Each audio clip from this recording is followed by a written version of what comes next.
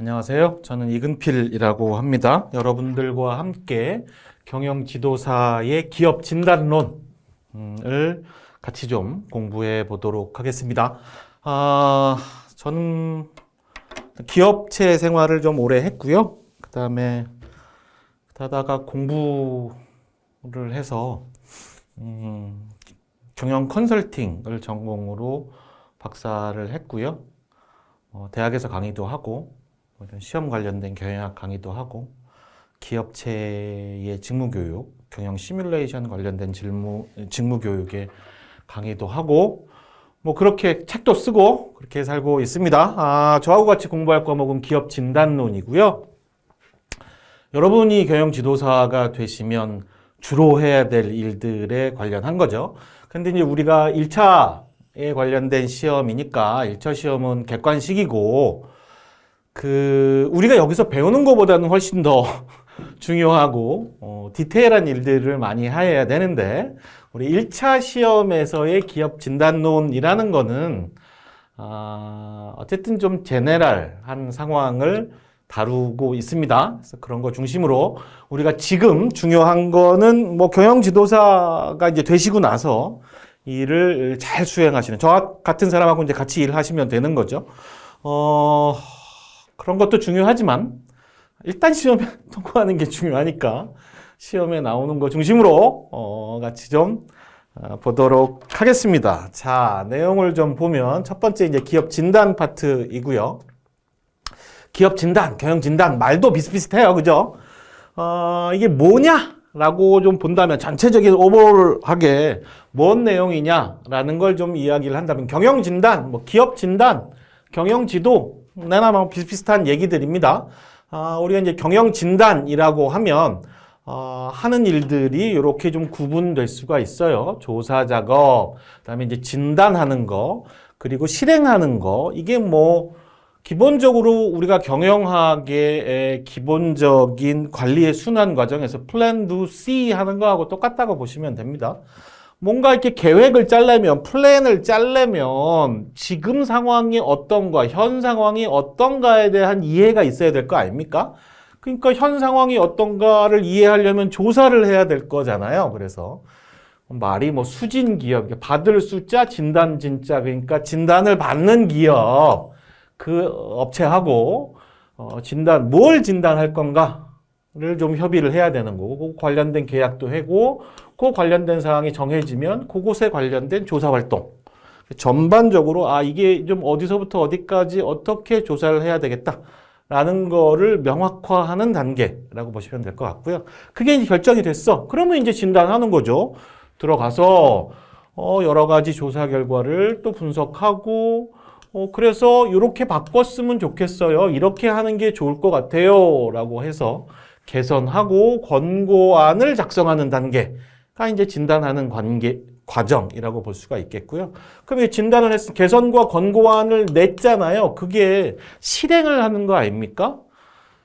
어쨌든 제일 중요한 건 실행이죠. 진단을 범위를 결정을 해서 진단을 잘 하는 것도 중요하지만 결과적으로 진단한 내용에 맞게 권고한 사항대로 실행을 하는 게 중요한데 실시 상황을 점검한다는 진단 결과를 어떻게 실행하느냐, 그 실행이 제대로 됐느냐, 실행에 의해 수진기업이 실제로 그 과정을 통해서 생산성의 향상 혹은 효율의 증대를 통해서 이익을 발생시키고 있느냐, 이런 것까지를 플랜하고 실행하고 그 실행 상황을 점검하고 C하는 그런 관리의 순환 과정을 진행하는 게 경영 진단이라고 보실 수 있을 것 같습니다. 근데 이렇게 보면 우리가 경영학 원론을 배우잖아요. 그 원론에서 이야기되는 게 계획하고 조직화하고 실행하고 통제하고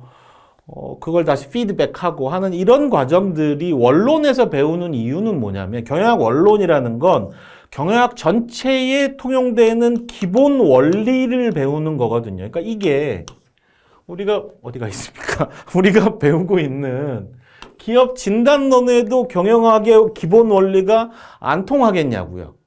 그 원리 하에 경영 진단을 하는 방법들이 있는 거니까 이 강론과 원론에서 모두 통용되는 원칙을 원론에서 배운 거니까 여기에 내용이 좀 적다고 하더라도 저도 뭐 우리 경영 지도사님 우리 저자들께서 열심히 잘 작성해 주신 이 교재를 기반으로 해서 강의를 하고 있는데 요 원칙들이 교양 원론에서 배운 원칙들과 다 통용되는 것이다. 그 교재 분량이 잘 봐도 우리가 교양 원론에서 배운 지식들을 기반으로 하고 있으면 경영 진단론에서도 똑같이 적용되는 사항이다. 이렇게 보시면서 공부를 하시면 좋을 것 같아요. 그게 이제 전체적으로 기업 진단에 관련된 이야기였고요.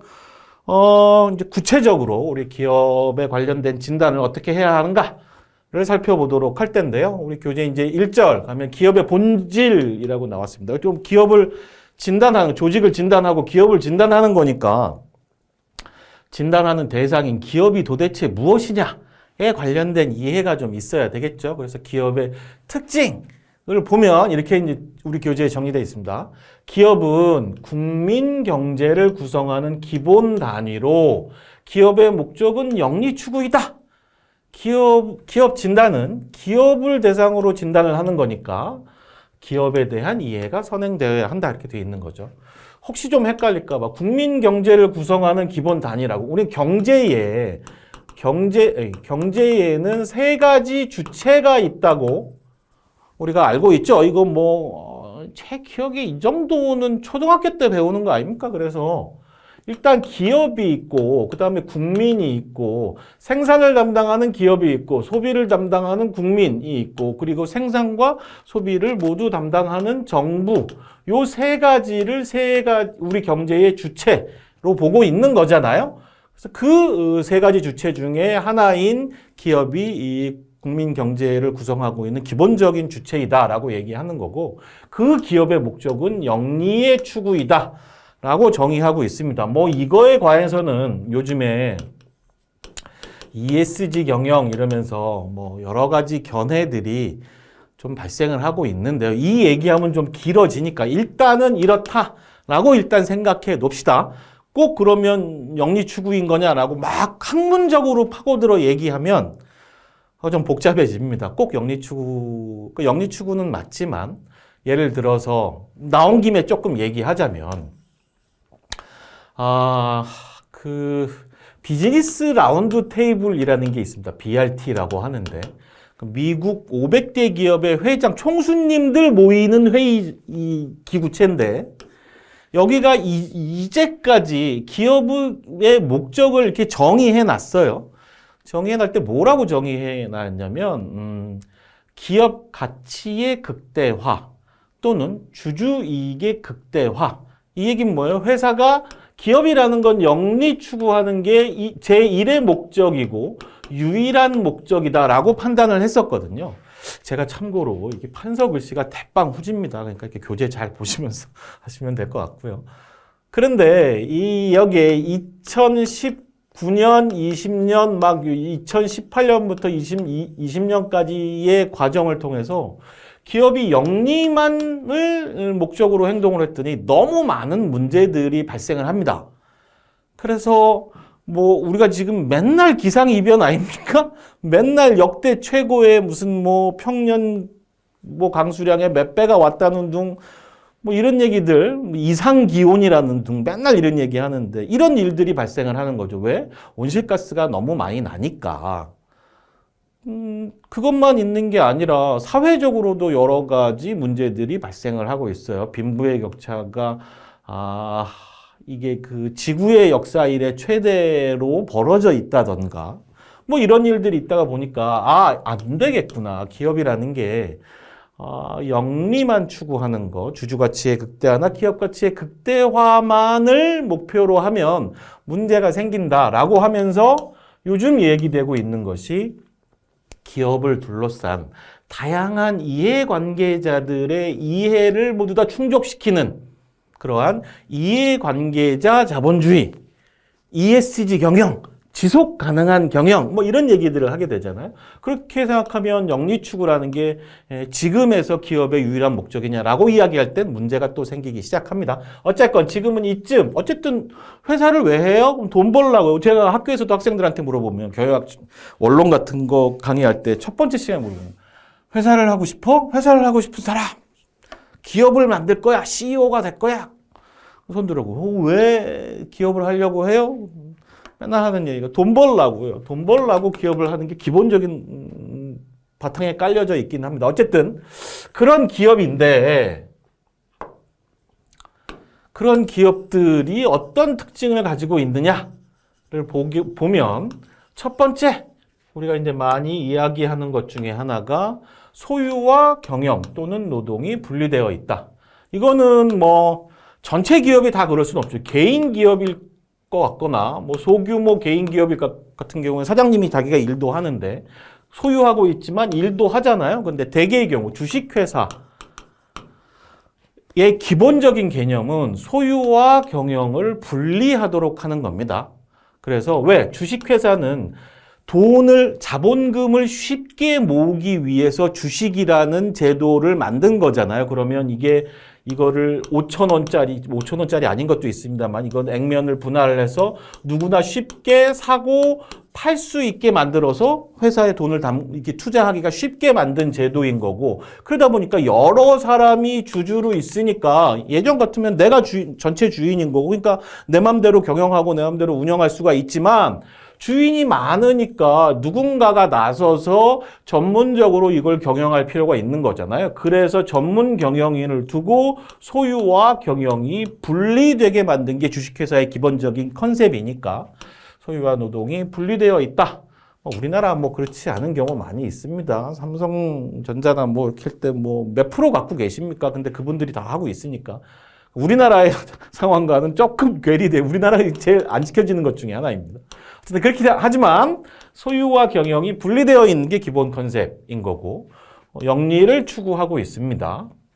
그리고 개별 기업은 독립적이며 개별적. 이 전제는 다 법인인 어디가 있으면 자꾸만 이렇게 답니다. 법인의 주식회사를 가정하고 지금 특징을 이야기하고 있는 겁니다. 기업은 독립적이며 개별, 법인이라는 건 하나의 법의 인격체.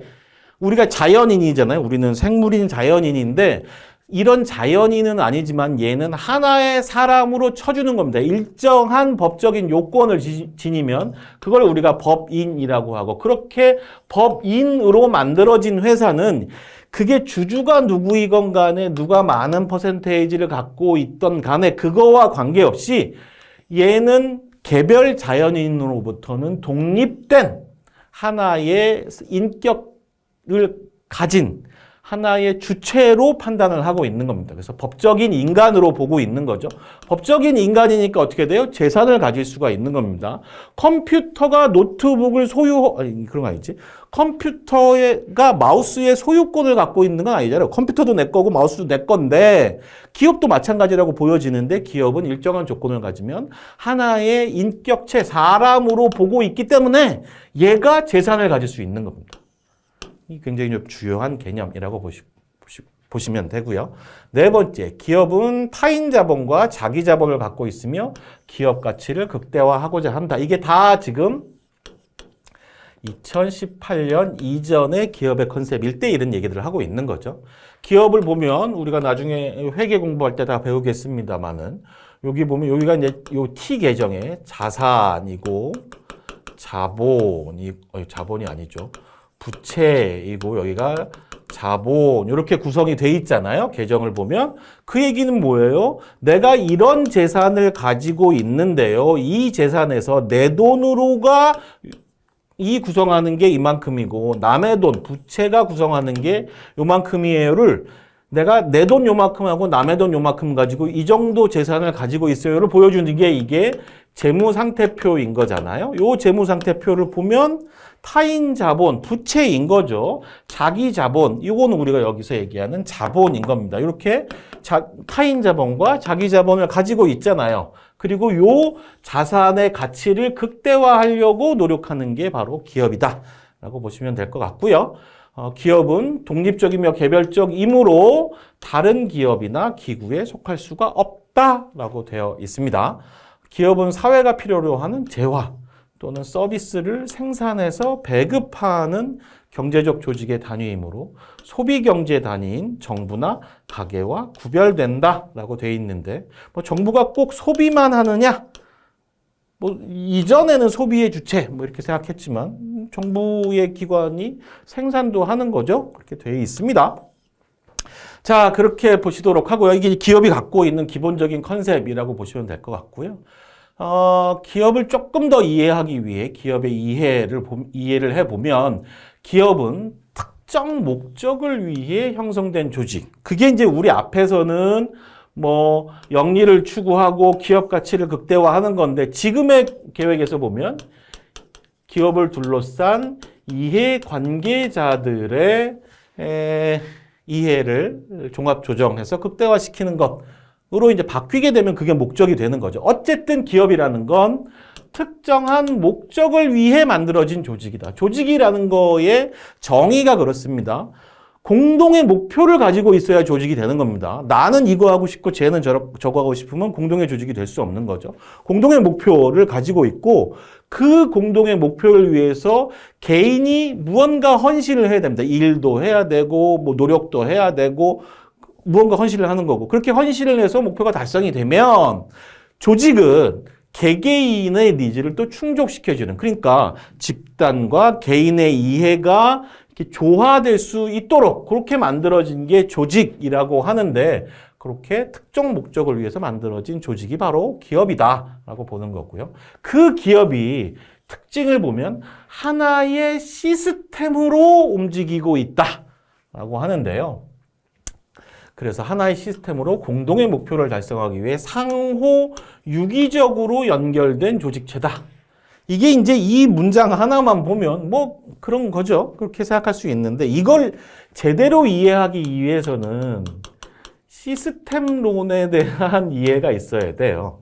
우리가 기업을 바라보는 관점들이 여러 가지가 우리 경영학 원론 배울 때 경영학의 발전 과정들 쭉 배웠지 않습니까? 그거 배우실 적에 맨 처음에 이제 테일러 포드 선생님이 이 발전시키신 미국 경영학의 기본적인 뿌리들이 있는 거고, 그렇게 막 사람을 기계처럼 다루다 보니까 과학적 관리론인 거죠. 과학적 관리라는 건 사람을, 일을 가능한 분업을 해서 그 일의 표준을 정하고 그 일을 하는데 들어가는 시간, 그 일을 하는데 가장 효율적인 동작, 그래서 타임 스터디, 모션 스터디 이런 거를 통해서 표준 동작들, 표준을 만들어내고 그 표준대로 일을 하면 한 시간에 몇 개는 생산할 수 있어 라는 표준을 정하는 거죠. 자, 기준이 생겼으니까 어떻게 해요? 그거보다 잘하면 보너스 플러스 알파를 통해서 동기부여를 하는 거죠. 그래서 그거보다 잘한 사람, 우리 표준 작업량보다 잘한 사람만 상을 줘. 그러니까 뭐죠? 그게 성과급을 주는데 다 주는 게 아니고 잘한 사람만 주니까 차별 성과급제. 이런 것들이 과학적 관리론의 기본적인 출발이 되는데 그렇게 막 사람을 기계처럼 돌렸더니 인간이 노동의 부속품이 되고 인간이 기계화되더라. 이런 건 아니지 않느냐. 사람이 사람답게 살아야지. 그러면서 인간관계론이라는 이론들이 나오기 시작하잖아요. 그래서 해보니까네 사람이 잘했어. 등 도달겨주고 그 비공식 조직이라는 게 있어서 이 회사의 기구 조직 말고도 지들끼리 친한 애들끼리 막 이런저런 얘기도 하고 여기를 잘 핸들링하는 게 기업의 성과가 나더라. 그래서 인간관계론 이런 게 만들어지고 그 두 가지 이론들을 종합하는 시도들도 나오고 그게 막 가다 보니까 기업이라는 게 하나의 시스템으로 돼 있는 거야. 시스템이 이런 조직의 기본적인 구조를 가지고 있더라라는 거죠. 공동의 목표를 가지고 있고 그 목표의 달성을 위해서 각 부문들이 노력을 합니다. 이근필이라는 시스템은 이 생존이라는 목표를 위해서 이 각종의 감각기관들이 외부 환경을 감지하고 그 감지에 따라서 체온을 줄이려는 노력도 하고 체력을 높이려는 노력도 하고 또 이게 내부의 에너지가 부족하면 바깥에서 이 운동기관들을 통해서 음식을 섭취하면 이게 소화기관, 소화 시스템을 통해서 소화시키고 그걸 에너지로 변환시켜서 내가 살아갈 수 있게 만들어주고 남은 거 에너지 이렇게 발생시키고 남은 찌꺼럭지는 이게 뭔가 배설 시스템을 통해서 배설시키고 각각의 시스템들이 존재하잖아요. 그 시스템들이 소화 시스템, 무슨 감각 시스템 이런 것들이 하나로 유기적으로 뭉쳐서 연결된 거잖아요. 그런 시스템과 같은 게 우리의 기업이다 라고 이해하는 거인 거고요. 그래서 근데 이 시스템이 외부 환경의 영향을 받느냐 안 받느냐도 경영학자들끼리 많은 논란들이 있었죠. 그래서 테일러 포드 선생님은 외부 환경이 어떻든 우리가 일을 표준화시키고 그 정확한 동작을 찾아내고 최선을 다해서 일을 하면 외부의 환경과 관계없이 우리의 생산성은 올라갈 거야 라고 하는 폐쇄된 시스템으로서의 기업을 생각했다면 그 이후에 계속 이 경영학 연구를 하다 보니까네 그런 게 아니네. 이게 외부의 환경에 기업이 영향을 받을 수밖에 없네. 특별히 현대 경영학으로 오면 올수록 외부 환경의 변화의 폭과 양이 점점 더 커지니까 외부 환경에 점점 더 영향을 받는다. 심플하게 생각해 보자고요. 경기가 나쁜데 우리 장사가 잘 되겠어요? 외부 환경에 영향을 받습니다. 경기가 좋아가지고 그 직원들의 이 전체 노동시장의 직원들의 급여 수준이 높아갔어요. 근데 우리가 외부 환경은 고려하지 않고 우리는 맨날 최저임금죠. 우리한테 일하러 오겠냐고요. 영향을 받을 수밖에 없는 거잖아요. 그래서 외부 환경의 기업은 영향을 받는 개방된 시스템, 환경과 기업이 서로 영향을 계속 주고받는 형태이다 라고 판단을 하게 되는 거고, 그렇게 되니까 어떻게 돼요? 외부 환경에 맞지 않으면 부적합한 환경하에서는 기업이 소멸할 수밖에 없는, 그래서 우리 이 주변에 수많은 소멸하는 기업들을 보고 있지 않습니까, 우리가? 그런 특성을 갖고 있으므로 수시로 기업 진단이라는 게 필요하다. 지금 환경은 어떻고 그 환경에 너희들은 어떻게 대응하고 있다라는 걸 파악해야 되는 거죠. 그리고 그에 따라서 적절한 대비를 해야 한다라는 거고요. 그런 환경 속에서 기업이 성장하려면 어떻게 해야 되느냐? 이건 매우 당연한 이야기 중에 하나인데요. 첫 번째, 판매 가격이 원가보다 높아야 이윤을 창출합니다. 그러면 가격의 구조라는 건 어떻게 생겼냐면 요만큼의 원가와 이거를 만들 때 해당 제품이든 서비스든 만들 때 소요되는 노동력, 재료비, 공장 돌아가는 전기세, 기타 등등을 다 모아놓은 원가 플러스 내가 목표하는 이윤 요거잖아요. 요 두 개를 더해서 가격이라는 게 구성되어야 된다는 얘기인 거죠. 바보 아니면 뭐 이렇게 하겠나요? 그런데 왕왕 보면 이 원가를 제대로 계산하거나 관리하지 못해서 적자 보면서 파는 경우가 왕왕 있기는 합니다. 뭐 마케팅적 이유 때문에 그렇게 할 수도 있고요. 두 번째, 새로운 제품을 개발할 수 있는 능력이 있어야 합니다. 자, 원가 플러스 이윤을 가격으로 결정을 했는데 이 가격으로 물건을 살 수 있는 사람들이 있어. 사야 되겠다라고 생각하는 사람들이 있잖아요. 그 사람들은 뭐예요? 이 물건의 가치, 밸류라는 게 이 가격보다 플러스 알파가 있다고 생각해야 살 거 아닙니까? 그죠? 이걸 5,000원에 파는데 내가 5,000원에 사면 이거를 통해서 나는 7,000원, 8,000원의 가치를 만들어낼 수 있다고 생각해야 살 거 아닙니까? 그런 물건을 만들어야 되는 거죠. 그래서 새로운 제품을 개발할 수 있는 능력이 있어야 하는 거고요. 세 번째, 제품의 사용 가치가 가격보다 커야 합니다. 이 똑같은 얘기입니다. 내가 이거를 쓰면 이것의 밸류가 프라이스보다 높아야 한다는 거죠. 어떤 물건을 살 때 3만 원짜리 셔츠를 하나 살 때 3만 원짜리 저 셔츠를 하나 사면 내가 저걸 입고 다니면서 3만 원보다는 더 높은 가치를 만들어낼 수 있다고 생각할 때만 살 거 아닙니까? 이렇게 되는 거고요. 투입한 자원보다 더 큰 부가가치를 생산하여야 하며 생산성이 매년 높아져야 한다. 이거는 아이디얼한 거죠. 투입한 자원보다 어쨌든 그거보다는 플러스 알파, 부가가치가 있는 것을 만들어내야 되는 겁니다. 내가 원료를 100원어치 투입했는데 90원어치짜리의 물건이 나오면 곤란한 거죠. 얘는 마이너스 10원인데 110원이 된다거나. 이게 어쨌든 플러스 알파, 요걸 이제 우리가 내가 만들어낸 부가시킨 가치인 거잖아요. 그래서 부가가치인 거고, 어쨌든 내가 투자한 것보다는 부가가치가 있어야 된다는 얘기인 겁니다. 내가 뭐 100원 투자했는데 부가가치가 100원이어야 한다. 플러스 100원이어야 한다. 이 얘기는 아닌 거고, 내가 100원 투자했으면 만들어낸 생산물의 가치가 부가가치가 있는 110원이 됐던 120원이 됐던, 이건 뭐 10% 정도 내가 부가가치를 만든 거고 얘는 20% 정도 부가가치를 만든 건데, 그러면 얘보단 얘가 뭐예요? 고부가가치가 되는 거죠. 그죠? 그래서 우리가 고부가가치 산업을 육성해야 한다. IT 산업 같은 거. 그죠? 그런 거 하면은 우리가 투여한 거는 얼마 안 되지만 우리가 그거를 통해서 얻어내는 이익은 시장을 뭐 무한으로 확장할 수 있고, 뭐 IT 산업이라는 게 무슨 제조 원가가 많이 드는 건 아니니까, 그렇게 되면 2배, 3배, 10배 이렇게 부가가치를 붙일 수 있는 거니까 그런 거 우리가 고부가가치 산업이라고 이야기하는 거예요. 그런 걸 그렇게 생산해야 돼야 기업이 존재할 수 있는 거죠. 내가 투입한 것보다 플러스 알파가 있어야 되는 거고, 그리고 그 플러스 알파라는 게 매년 높아져야 한다. 높아지면 좋죠. 좋은 거죠. 자, 그렇게 보시면 될 것 같고요. 기업이 성장하려면 이 생산성이 매주 높아져야죠. 똑같은 100을 투입해도 내가 만들어내는 게 그 해에는 120이었으면 다음엔 130되고 140되고, 이게 성장을 이야기하는 거라고 보시면 될 것 같습니다. 자, 그렇게 보면 될 것 같고요. 기업이 갖고 있는 어떤 기본적인 특징, 성격, 이런 이야기들도 했고요.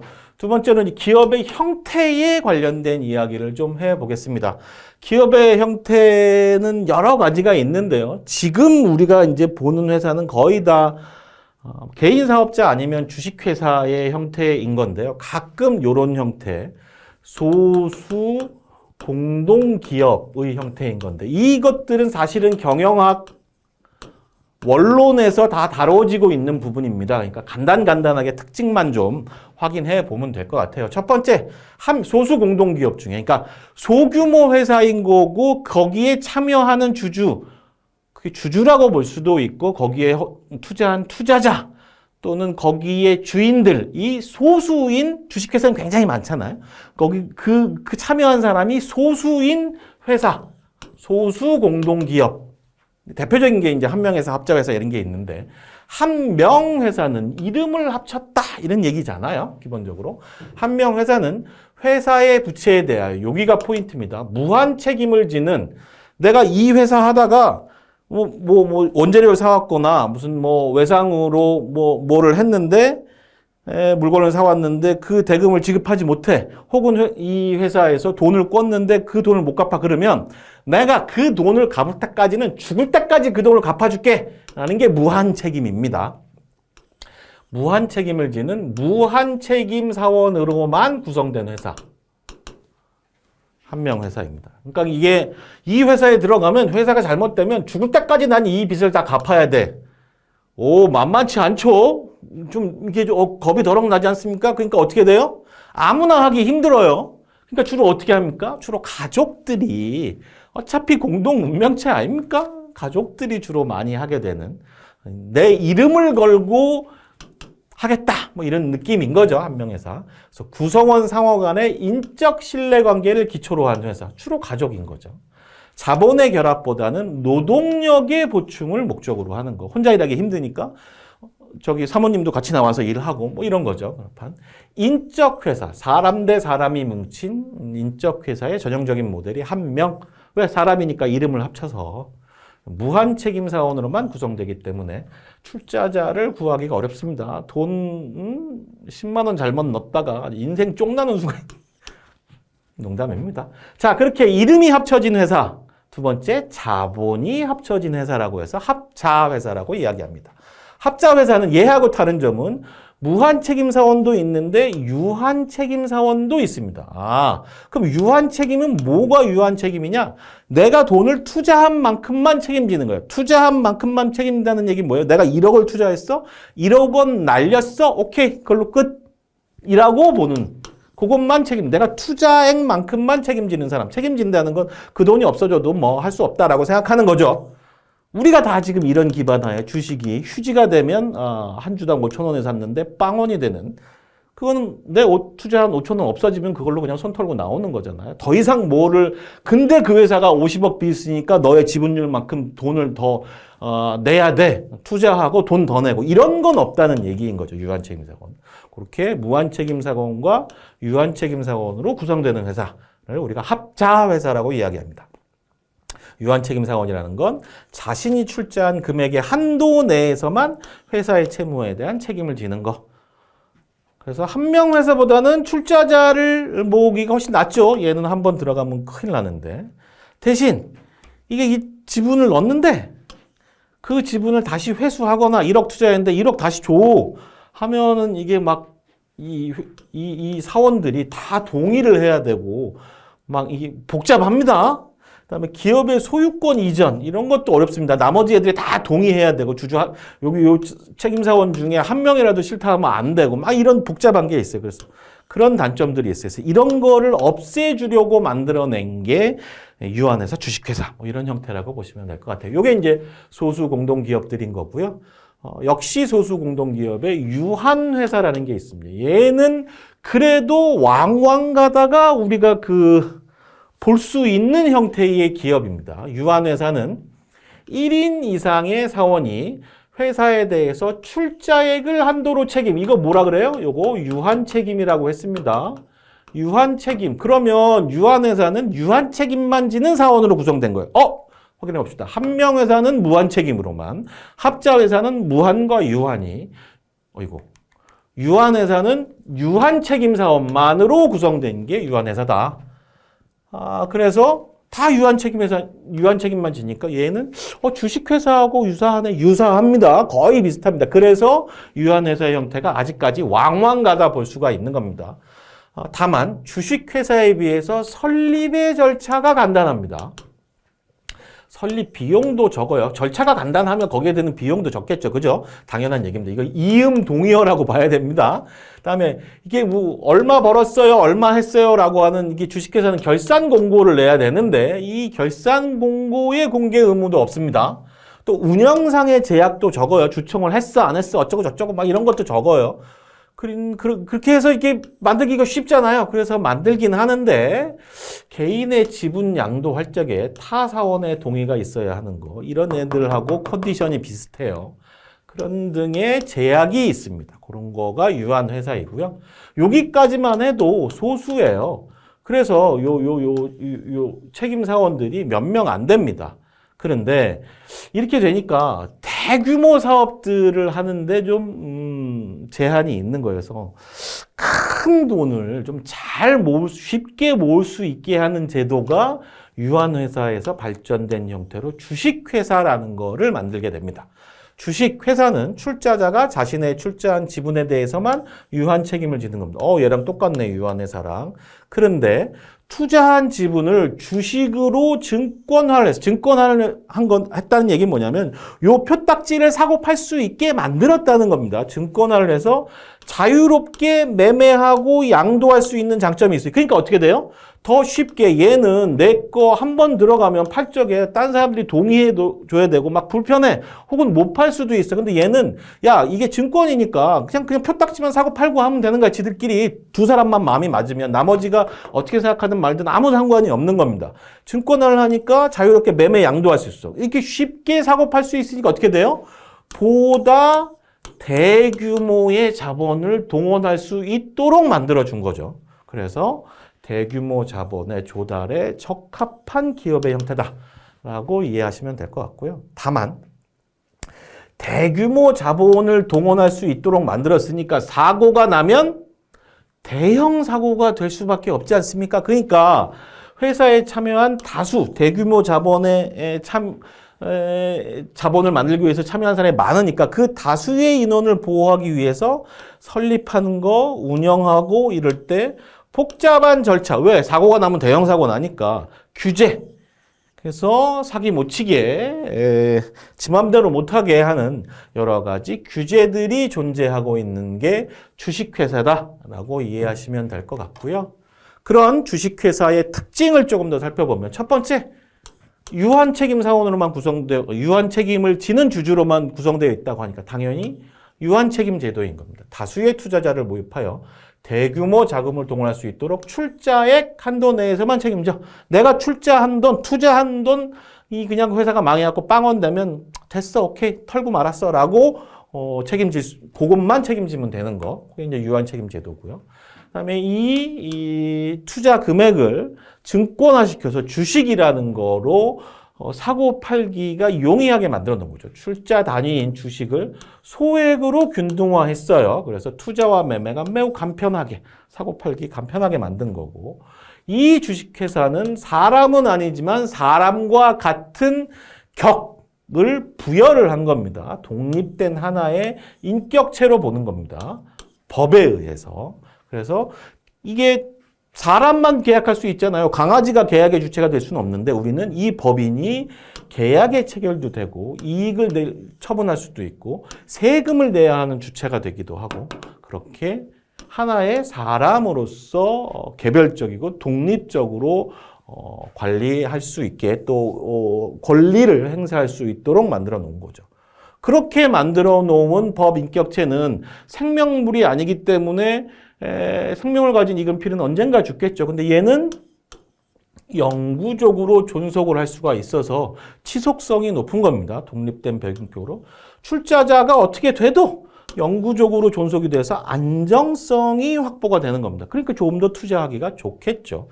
그리고 여러 사람, 대규모 자본을 동원하기 위해서 여러 사람이 주주로 참여하게 만들어 놓은 거기 때문에 누구 하나가 경영을 한다기보다는 얘들의 이 공동의 이해를 중심으로 일할 전문 경영인을 선발을 해서 경영을 맡겨서 소유, 주주인 거죠. 랑 운영하는 사람이 분리되는 게 주식회사의 기본적인 시스템인데 우리나라에서는 그렇게 잘 운영이 안 되는 경우들이 좀 있습니다만은 어쨌든 주식회사의 기본적인 개념은 대규모 자본을 동원하기 위해서 여러 다수의 투자자로 구성이 되어 있기 때문에 그들 누구 하나가 운영하기도 어렵고 또 이렇게 그 경영 환경이 점점 복잡해지니까 전문적인 경영적 식견이 있어야 경영을 할 수가 있으므로 전문 경영인을 두어서 소유와 경영을 분리하는 게 기본적인 개념이다라고 이해하시면 될 것 같습니다. 문제 한 개만 풀어볼까요? 주식회사에 관한 설명으로 옳지 않은 걸 찾아라. 주식회사의 최고 의사결정기구는 주주총회입니다. 예. 주총이 모든 의사결정을 하는 기본이고요. 그 다음에 이사회가 있는 거죠. 주총에서 위임한 사항에 대해서 이사회에서 의사결정을 하게 되는데 여기 이사회의 대표가 대표이사인 거잖아요. 이렇게 보시면 될 것 같고 주주는 기업의 소유주로 무한 책임을 지지 않는다고 했잖아요. 유한 책임만 지는 거고 주식회사는 대규모 자금을 효과적으로 조달할 수 있도록 세팅한 시스템이라고 보시면 될 것 같아요. 주식의 양도에 의해서 소유권 양도가 비교적 용이하다고 했죠. 인적 결합보다는 자본적. 사람 대 사람은 주주가 누구인지 서로 알 바가 뭐예요? 자본 대 자본의 결합이라고 보시면 될 것 같습니다. 그래서 해당 문제는 2번을 정답으로 보시면 되겠고요. 그리고 남은 기업 진단인데 기업 진단 항목은 다음 시간에 이어서 강의하도록 하겠습니다. 1시간 동안 수고하셨습니다.